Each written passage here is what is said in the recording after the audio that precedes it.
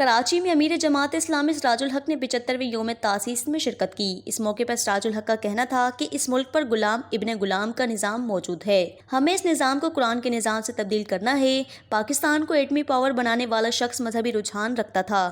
جمعیت مبارکباد کی مستحق ہے کہ ایٹمی پاور بنانے پر شخص جمعیت کا کارکنان تھا۔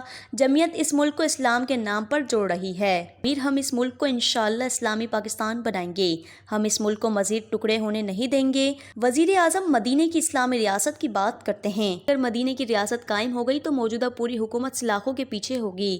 حکمران شیروانی پہن کر سوچتے ہیں کہ وہ قائد اعظم بن گئے۔ کیا قائد اعظم شیروان پہننے کا نام تھا؟ قائد اعظم ایک سوچ کا نام ہے۔ طلبہ یونین کے حوالے سے ان کا مزید کہنا تھا کہ میرا مطالبہ ہے کہ طلبہ یونین کو فوری بحال کیا جائے، انشاءاللہ بہت جلد یہ اختیار آپ لوگوں کو ملنے والا ہے۔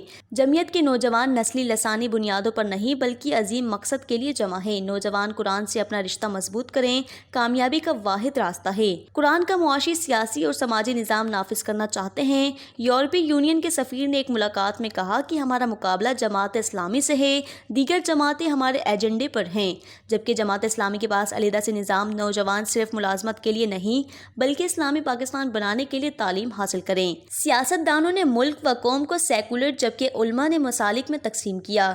ریکارڈنگ جیسے سونے کے ذخائر رکھنے والا ہمارا ملک کی عوام بھوکی کیوں سوتی ہے؟ اس موقع پر جماعت اسلامی کے قائدین سمیت طلبہ نے بڑی تعداد میں شرکت کی۔ وش نیوز کراچی۔